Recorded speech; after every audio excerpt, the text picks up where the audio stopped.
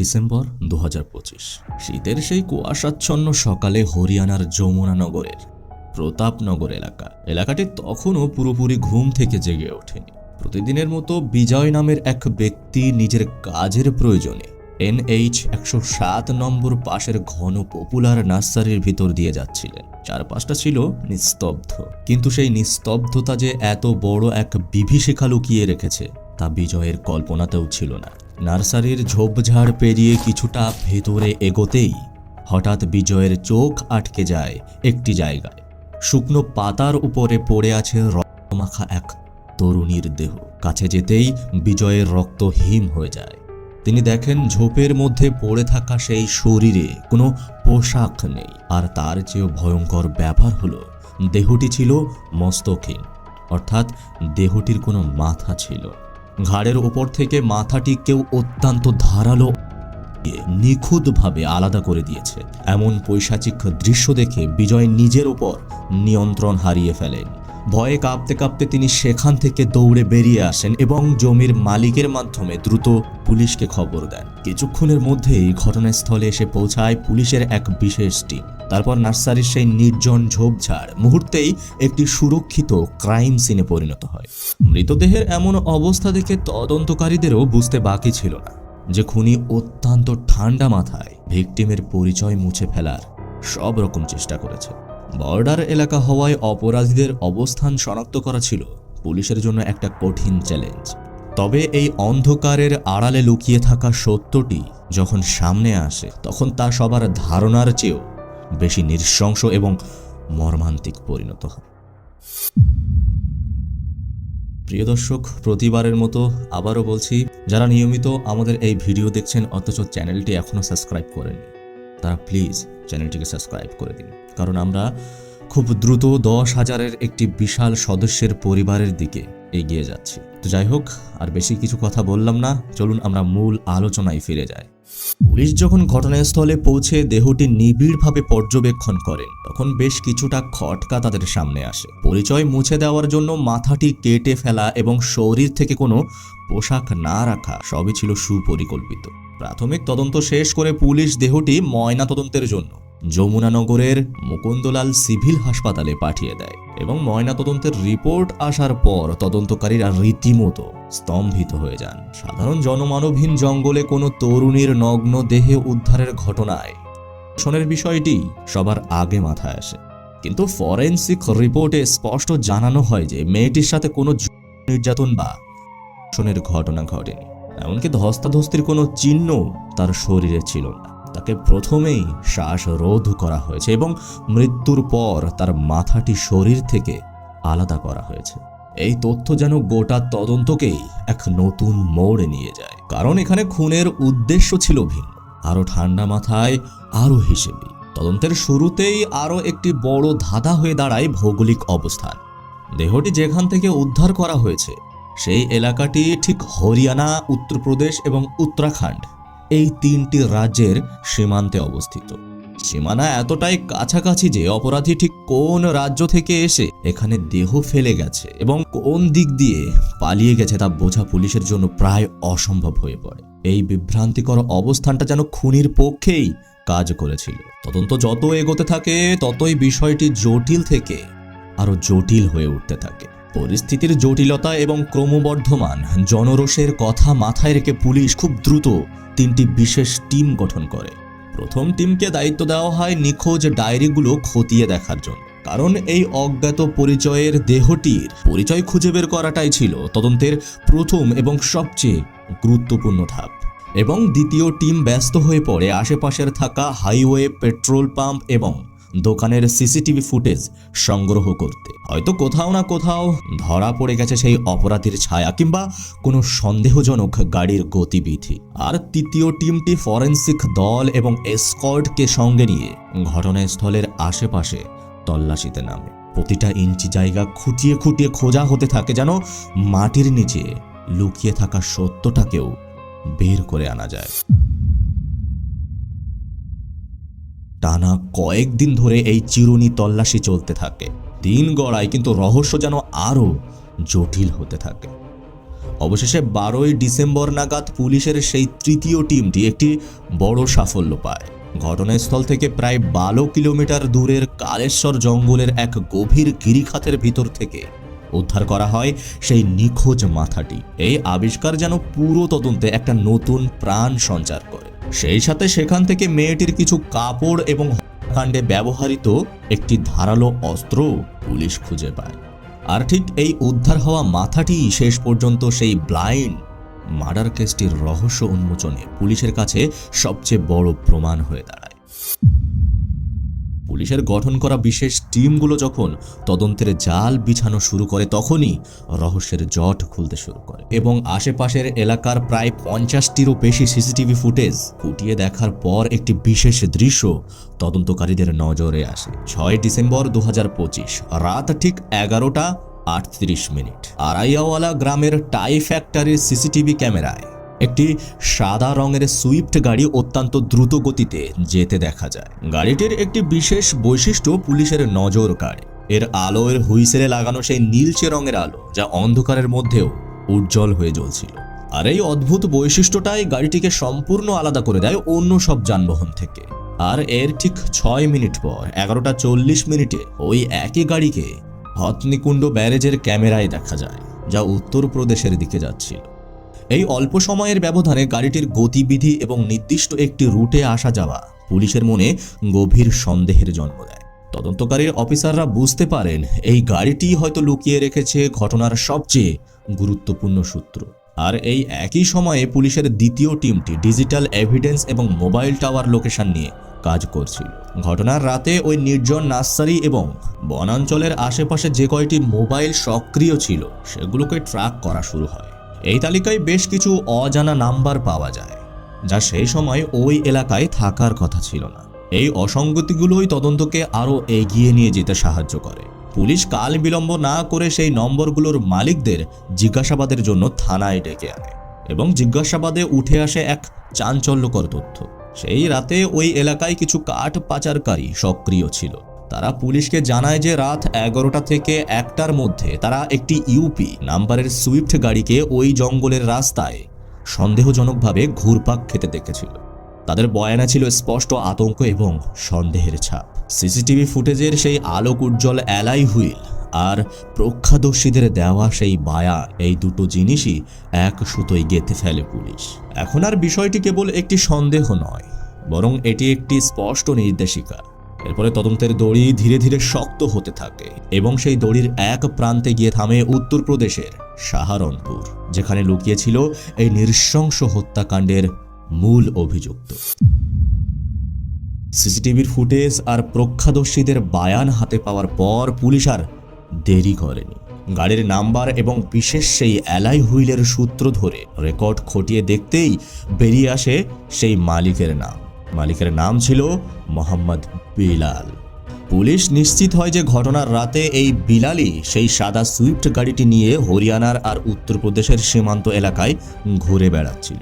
তদন্তের সব সূত্রগুলো যেন এক জায়গায় এসে মিলে যাচ্ছিল। এইসব দেখার পরে সাহারনপুরের তাহালি গ্রামে বিলালের বাড়ির সামনে যখন পুলিশের গাড়ি এসে থামে তখন সেখানে উৎসবের আমেজ। বাড়ি জুড়ে আলোকসজ্জা, চারিদিকে আত্মীয় স্বজনের ভিড়, কারণ বিলালের বোনের বিয়ের অনুষ্ঠান চলছে পুরো দমে।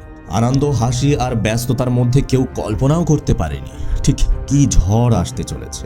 আর এই আনন্দের মাঝেই পুলিশ সরাসরি হানা দেয় বিলালের বাড়িতে। যে ভাই কিছুক্ষণ আগেও বোনের বিয়ের তদারকিতে ব্যস্ত ছিল, মুহূর্তের মধ্যেই তার সামনে এসে দাঁড়ায় যমদূতরূপী পুলিশ বাহিনী। সবকিছু যেন আচমকা থেমে যায়। এরপরে পুলিশ সেই মেয়ে পক্ষ অর্থাৎ মোহাম্মদ বিলালকে টেনে নিয়ে আসে বাইরের দিকে। আত্মীয় স্বজন আর গ্রামবাসীর স্তম্ভিত চোখের সামনে বিলালের হাতে পরিয়ে দেওয়া হয় লোহার হাত কড়া। এক মুহূর্তে আনন্দের পরিবেশ বদলে যায় আতঙ্ক আর নিস্তব্ধতায়। হাসি আর কান্নার বদলে পুরো বাড়িতে তখন এক থমথমে নীরবতা নেমে আসে।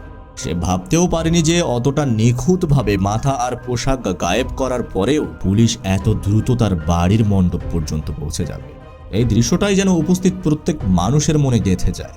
এরপরে বিলালকে যখন থানায় নিয়ে আসা হয় সেই সঙ্গে সঙ্গেই এই ব্লাইন্ড মার্ডার কেসটি একটি নতুন মোড় নেয় এবং শুরু হয় এক হাড় হিম করা জিজ্ঞাসাবাদ।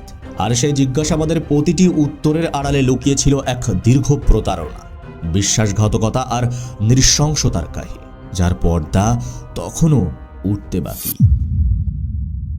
থানায় নিয়ে আসার পর বিলাল প্রথমে নিজেকে নির্দোষ প্রমাণ করার আপ্রাণ চেষ্টা করে। পুলিশের প্রতিটি প্রশ্নের উত্তরে সে শুধু মাথা নেড়ে অস্বীকার করছিল। তার চোখে মুখে তখনও ছিল এক ধরনের জেদ, যেন শেষ পর্যন্ত সত্যিটাকে আড়াল করেই রাখবে সে। কিন্তু পেশাদার তদন্তকারীরা জানতেন বিলালের এই নীরবতা ভাঙার পথ তাদের জানা আছে। যখন পুলিশ তাদের নিজস্ব কায়দায় জেরা শুরু করলো এবং সিসিটিভি ফুটেজ সহ অকাট্য প্রমাণগুলো তার সামনে তুলে ধরলো, তখন বিলালের সেই মিথ্যা আত্মবিশ্বাসের দেওয়াল ভেঙে পড়তে শুরু করলো। ধীরে ধীরে তার চোখের দৃষ্টি বদলে যেতে থাকে। জেরার এক পর্যায়ে বিলাল স্বীকার করে যে সেই মস্তকহীন দেহটি আসলে তার প্রেমিকা উমার। এই স্বীকারোক্তি যেন পুরো তদন্তে এক ঝড় তুলে দেয়। এই নামটি জানার পর পুলিশ বিন্দুমাত্র দেরি না করে উত্তরপ্রদেশের সাহারনপুরের হাললপুর গ্রামে তার আসল ঠিকানায় পৌঁছে যায়। সেখানে পৌঁছে তদন্তকারীরা আশা করেছিল শোকাহত একটি পরিবার তাদের সামনে ভেঙে পড়বে, কিন্তু সেখানে গিয়ে পুলিশ যা শুনল তা তাদের কল্পনাকেও হার মানায়। উমার পরিচয় নিশ্চিত করতে যখন তারা তার বাবা মায়ের সামনে তার ছবি রাখে, তখন তাদের চোখের জল বা শোকের বদলে ফুটে ওঠে এক কঠিন ঘৃণা। এই প্রতিক্রিয়া দেখে পুলিশ কিছুক্ষণের জন্য হতবাক হয়ে যায়। তারা অত্যন্ত ঠান্ডা মাথায় পুলিশকে বলেন, আপনারা ভুল দরজায় এসেছেন। আমাদের মেয়ে উমা তো আজ থেকে প্রায় 14 বছর আগেই মারা গেছে। এই একটি বাক্য যেন পুরো ঘটনাকে আরো রহস্যময় করে তোলে। পুলিশের দীর্ঘ অভিজ্ঞতায় এমন উত্তর সচরাচর মেলে না। যে মেয়েটির দেহ কয়দিন আগে উদ্ধার করা হলো, তার বাবা মা কিভাবে দাবি করছেন যে সে 14 বছর আগেই মৃত হয়ে গেছে তাদের কাছে? এই অদ্ভুত উত্তরের পিছনে লুকিয়ে ছিল এক সামাজিক লজ্জা, ঘৃণা আর এক ভাঙা পরিবারের গল্প। এমন একটা অতীত যেটাকে তারা হয়তো চিরদিনের জন্য মুছে ফেলতে চেয়েছিল। প্রিয় দর্শক, কেন উমার পরিবার তো মেয়েকে মৃত বলে ঘোষণা করে দিয়েছিল? আর কি এমন ঘটেছিল সেই অভিশপ্ত অতীতে? এই প্রশ্নগুলোই তখন তদন্তকে নিয়ে যায় আরো গভীরে, আরো অন্ধকারের দিকে। তাহলে চলুন এই রহস্যের জট খুলতে আমরা সময়ের চাকা ঘুরিয়ে 14 বছর পিছনে চলে যাই। 14 বছর আগের সেই সময়টা ছিল 2012 সাল। উত্তরপ্রদেশের সাহারানপুরের হলালপুর গ্রাম।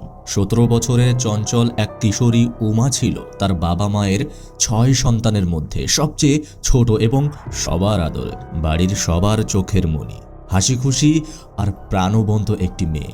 কিন্তু সেই আদরের মেয়ের কপালেই যখন বিয়ের সিঁদুর পড়ার সময় এলো, তখনই ঘটে গেল এক অভাবনীয় ঘটনা। উমার বাবা মা মেয়ের ভবিষ্যতের কথা ভেবে হরিয়ানার শাহাবাদের এক প্রতিষ্ঠিত পাত্রের সঙ্গে তার বিয়ে ঠিক করেন। সবকিছুই চলছিল একদম পরিকল্পনা মতো। 2012 সালের 3 মার্চ ছিল উমার মেহেন্দির অনুষ্ঠান। সারা বাড়ি আত্মীয় স্বজনে পরিপূর্ণ। আলো, হাসি আর আনন্দে ভরে উঠেছিল পুরো বাড়ি। উমাও সেই বিয়েতে খুশিই ছিল। নিজের মেহেদি রাঙা হাতে হবু স্বামীর নামও লিখেছিল সে। কিন্তু রাত বাড়ার সঙ্গে সঙ্গে খুশির সেই জোয়ার ধীরে ধীরে বিষাদে পরিণত হয়। রাত 10টার দিকে উমার বোন তার ঘরে গিয়ে দেখে ঘর শূন্য। উমা সেখানে নেই। এক মুহূর্তে আনন্দের সেই বাড়ি জুড়ে নেমে আসে আতঙ্ক আর উৎকণ্ঠা। এরপরে উমার বাবা মা জানতে পারে যে উমা আর বাড়িতে নেই। উমা পাশের বাড়ির যুবক জনির সঙ্গে পালিয়েছে। এই একটি খবরই যেন সবকিছুই ভেঙে চুরমার করে দেয়। মেয়ের এই কাণ্ড পুরো পরিবারের সম্মান ধুলোয় মিশিয়ে দেয়। অসম্মানের হাত থেকে বাঁচতে উমার পরিবার সেদিনই মন থেকে মুছে ফেলে তাকে এবং ঘোষণা দেয় যে তাদের মেয়ে উমা তাদের জন্য চিরকালের জন্য মরে গেছে। একটি জীবন্ত মানুষকে এভাবে স্মৃতি থেকে মুছে ফেলার পিছনে ছিল গভীর সামাজিক চাপ আর অপমানের ভয়। এবার একটু থামুন। আপনার মনে নিশ্চয়ই প্রশ্ন জাগছে, উমা যদি জনির সাথেই পালালো, তবে এই বিলাল কোত্থেকে এলো? অর্থাৎ এই বিলাল এলো কি করে? আর এই বিলালই বা কেন তাকে এমন নৃশংসভাবে হত্যা করতে যাবে? এই প্রশ্নের উত্তরগুলো লুকিয়ে আছে গল্পের পরের অংশে। তাই ধৈর্য ধরুন এবং পুরো ঘটনাটা মন দিয়ে শুনতে থাকুন, কারণ এই রহস্যের প্রতিটি পরত আপনাকে অবাক করে দেবে। পরিবার থেকে বিতাড়িত হয়ে উমা আর জনি পালিয়ে গিয়ে কোর্ট ম্যারেজ করে এবং সংসার শুরু করে। শুরু হয় তাদের নতুন জীবন। 1 বছরের মাথায় তাদের কোলেও আসে একটি ফুটফুটে পুত্র সন্তান, যার নাম রাখা হয় ঋষভ। শিশুটিকে ঘিরে আবারও নতুন করে সুখের আলো জ্বলে ওঠে তাদের জীবন। দীর্ঘ 11 বছর তারা সুখ শান্তিতেই জীবন কাটাচ্ছিল। সবকিছু যেন ধীরে ধীরে স্বাভাবিক হয়ে উঠছিল। কিন্তু সময় সবসময় এক থাকে না। যে সম্পর্কের জন্য উমা নিজের বাবা মা আর ঘর ছেড়েছিল, সেই সম্পর্কের ভিতরেই ফাটল ধরতে শুরু করলো। তুচ্ছ বিষয় নিয়ে শুরু হওয়া ঝগড়া একসময় পাহাড় সমান হয়ে দাঁড়ালো। দিনের পর দিন সেই ঝগড়া আর অশান্তি তাদের সম্পর্ককে ভিতর থেকে ক্ষয় করতে শুরু করে। সম্পর্কের তিক্ততা এতটাই বেড়ে যায় যে শেষ পর্যন্ত 11 বছরের সেই দীর্ঘ দাম্পত্য ডিভোর্সের মাধ্যমে ভেঙে যায়। এক মুহূর্তে সবকিছুই বদলে যায়। উমা একা হয়ে যায় আর ছেলে ঋষভ চলে যায় তার বাবা জনির কাছে। জীবনের এই কঠিন মোড়ে দাঁড়িয়ে উমা যেন সম্পূর্ণ নিঃসঙ্গ হয়ে পড়ে। কিন্তু একাকী উমার জীবনে এই শূন্যস্থান পূরণ করতেই আবির্ভাব ঘটে বিলালের। প্রথমে হয়তো সে ছিল ভরসা, তারপর ধীরে ধীরে হয়ে ওঠে জীবনের নতুন অধ্যায়। কিন্তু ভাগ্য যেন তাদের জন্য অন্য কিছু লিখে রেখেছিল। আর ঠিক এখান থেকেই শুরু হয় উমার জীবনের সবচেয়ে বড় এবং শেষ ট্র্যাজেডি। এদিকে বেলাল পেশায় ছিল একজন ট্যাক্সি ড্রাইভার। উমা তার ব্যক্তিগত প্রয়োজনে বা ঘোরার জন্য মাঝে মধ্যেই বিলালের ট্যাক্সি ভাড়া করতেন। গাড়িতে যাতায়াতের সময় বিলালের মিষ্টি কথা আর অমায়িক ব্যবহার উমাকে ধীরে ধীরে আকৃষ্ট করতে শুরু করে। একসময় সেই সাধারণ কথাবার্তাই হয়ে ওঠে তার একমাত্র মানসিক ভরসা। দীর্ঘ 11 বছরের সংসার ভাঙার পর উমা মানসিকভাবে অত্যন্ত ভেঙে পড়েছিল। আর ঠিক সেই সময়ই বিলাল তাকে সহানুভূতি আর ভালোবাসা দিয়ে তাকে মায়ার জালে জড়িয়ে ফেলে। ধীরে ধীরে তাদের এই সাধারণ পরিচয় বন্ধুত্বের রূপ নেয়। তারপর সেই বন্ধুত্বই গড়িয়ে যায় এক গভীর সম্পর্কে। 2023 সালের মাঝামাঝি সময়ে তারা একে অপরের প্রেমের সম্পর্কে জড়িয়ে পড়ে। আর এই সম্পর্কের মধ্যেই উমা খুঁজে পায় নতুন করে বাঁচার স্বপ্ন। অবশ্য বিলাল উমার অতীত সম্পর্কে সবকিছুই জানত। সে জানত উমার একটি ছেলে আছে এবং তার পরিবার তাকে ত্যায্য করেছে। এই সব কিছু জানার পরেও বিলাল তাকে সুন্দর একটি ভবিষ্যতের স্বপ্ন দেখায়, যেখানে ছিল একসঙ্গে থাকার প্রতিশ্রুতি, নতুন জীবন শুরু করার আশা। তাদের এই সম্পর্ক এতটাই গভীর হয় যে 2024 সালের শুরুর দিকে তারা সাহারনপুরেই লিভ ইন রিলেশনশিপে থাকতে শুরু করে। একই ছাদের নিচে একসঙ্গে ভবিষ্যতের স্বপ্ন দেখতে শুরু করে তারা। এমনকি বিলাল নিজেই উমার সমস্ত খরচ বহন করত। আর এই নির্ভরশীলতাই আরো গভীর করে তোলে তাদের এই সম্পর্ককে। উমা ভেবেছিল তার জীবনের দ্বিতীয় অধ্যায়ে হয়তো তিনি সত্যিকারের আশ্রয় এবং ভালোবাসা খুঁজে পেয়েছেন। এভাবে সময় এগিয়ে যাচ্ছিল আর সম্পর্কের গতিও যেন নিজের গতিতে চলছিল। কিন্তু 2025 সালের নভেম্বরের শেষের দিকে তাদের এই সাজানো সংসারে অশান্তি শুরু হয়। এরপর আসে সেই দিন, অর্থাৎ 6 ডিসেম্বর 2025। সেই দিনটা ছিল শনিবার। বিলাল সন্ধ্যায় একটি সাদা রঙের সুইফট গাড়ি নিয়ে উমার ঘরে আসে। তার মুখে ছিল স্বাভাবিক হাসি আর আচরণেও কোনো অস্বাভাবিকতা ছিল না। সে উমাকে বলে, চলো আজ তোমাকে একটা সারপ্রাইজ দেব, আজ আমরা বাইরে ঘুরতে যাব। এই কথা শুনে উমার চোখ ঝলমল করে ওঠে আনন্দে। উমা খুশিতে ডগমগ হয়ে নিজের পছন্দের কালো সালোয়ার কামিজটি পরে নেয়। তিনি ভাবছিলেন হয়তো আজকের দিনটা তাদের জীবনের একটা সুন্দর স্মৃতি হয়ে থাকবে। কিন্তু তিনি ভাবতেও পারেননি যে গাড়িতে তিনি হাসি মুখে উঠেছেন, সেই গাড়িটি কিছুক্ষণ পর মৃত্যুপুরীতে পরিণত হবে। 6 ডিসেম্বর 2025 সন্ধ্যা ঠিক 6টা। অবশ্য বিলাল তাকে কথা দিয়েছিল আজ তারা সারা রাত বাইরে ঘুরবে, ডিনার করবে, হয়তো বিয়ের ব্যাপারেও কোনো চূড়ান্ত কথা বলবে।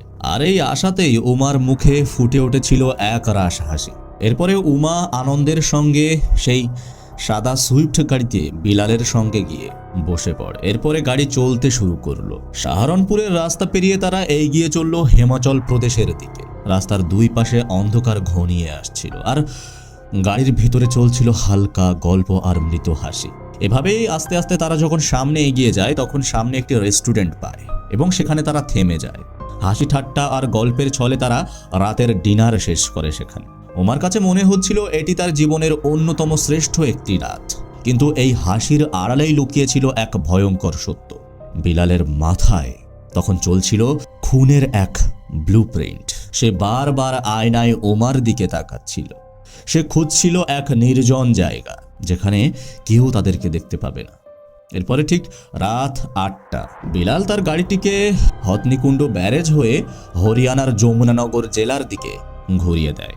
কলেশ্বর ন্যাশনাল পার্কের কাছাকাছি পৌঁছালে বিলাল কয়েকবার গাড়িটি থামানোর চেষ্টা করে, কিন্তু উইকেন্ড হওয়ার কারণে পর্যটকদের ভিড় থাকায় সে সফল হয় না। এই ব্যর্থতা তাকে যেন আরও অস্থির করে তুলেছিল।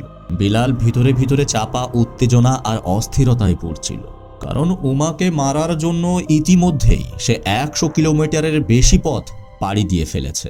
সে এমন এক জায়গা খুঁজছিল যেখানে পুরোপুরি অন্ধকার হবে আর চারপাশ হবে জনমানবহীন।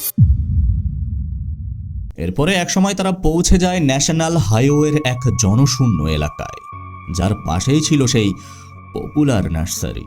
চারপাশে তখন শুধু অন্ধকার আর নীরবতা। রাত তখন প্রায় 11টা। বিলাল হঠাৎ হাইওয়ে থেকে গাড়িটি একটি কাঁচা মাটির রাস্তায় নামিয়ে দেয়।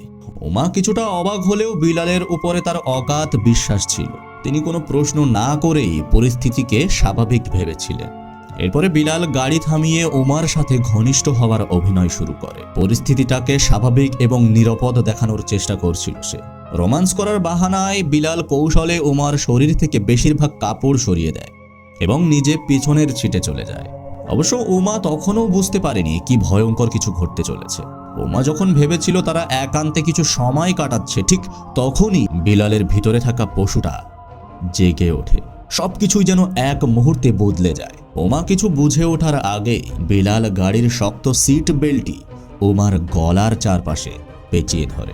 ঘটনাটা এতটাই হঠাৎ করেছিল যে উমা প্রতিরোধ করার কোনো সময়ই পায়নি। উমা বাঁচার জন্য ছটফট করতে থাকেন।